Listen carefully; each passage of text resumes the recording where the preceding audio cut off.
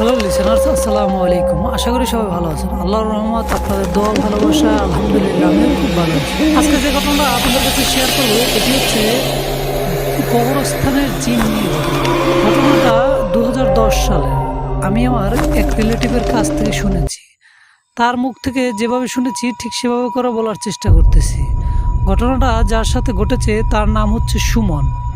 সুমনরা এক ভাই এক বোন, সুমন ও সীমা। তাদের বাবা খুব ছোট রেখেই তাদেরকে তারপর সে পরপারে চলে যায়।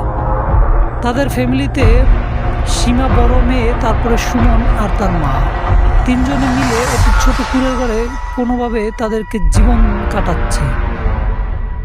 সীমা বড় হওয়ায় সীমাকে বিয়ে দেওয়ার জন্য তার মা উঠে পড়ে লেগেছে। তার মা দিনরাত পরিশ্রম করে, সেটা দেখে সুমনের খুব কষ্ট লাগে। সুমন তখন ছোট, সুমনের বয়স আনুমানিক 11 বছর, আর সীমা তখন বিয়ের বয়স। সীমার বয়স তখন 21+। সীমাকে বিয়ে দেওয়ার জন্য সীমার মা যেরকম দিনরাত পরিশ্রম করতেছে, এটা দেখে সুমন নিতে পারতেছে না যে তার মা এরকম কষ্ট করতেছে। সেটা দেখে সেও ভাবলে তারও কিছু করতে হবে। তখন সে তার এলাকার এক চাচার সাথে রাতে মাছ ধরার কাজে যেত। রাতে সে ডিঙি নৌকায় মাছ ধরতে যেত, যা মাছ বিক্রি করতো সেই টাকা ওইখান থেকে যা পেত সেটা এনে তার মায়ের হাতে দিত।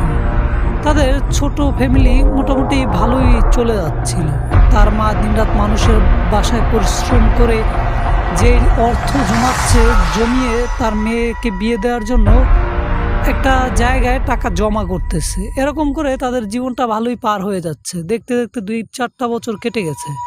তারপরে সীমার একদিন বিয়ের প্রপোজাল আসলো। বিয়ের প্রপোজাল আসায় সীমাকে বিয়ে দিয়ে দিল। সীমাকে বিয়ে দেওয়ার পরে সুমনের বয়স তখন 15 কি 16 হবে। সীমাকে বিয়ে দেওয়ার পরে সীমা তার পরের বাড়ি চলে গেল। এখন তাদের ফ্যামিলিতে শুধু সুমন ও সুমনের মা রয়েছে।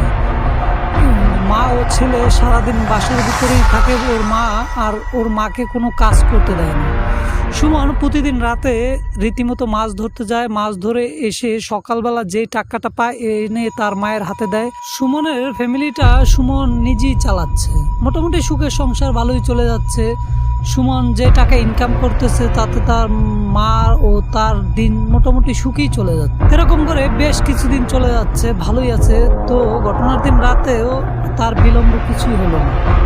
সুমন এরকম রাতে খাওয়া দাওয়া শেষ করে শুয়ে পড়েছে। শুয়ে পড়ার পরে তার কাকা আসলো, এসে বলতেছে, সুমন, ওই সুমন, ঘুমিয়ে পড়েছিস বাবা?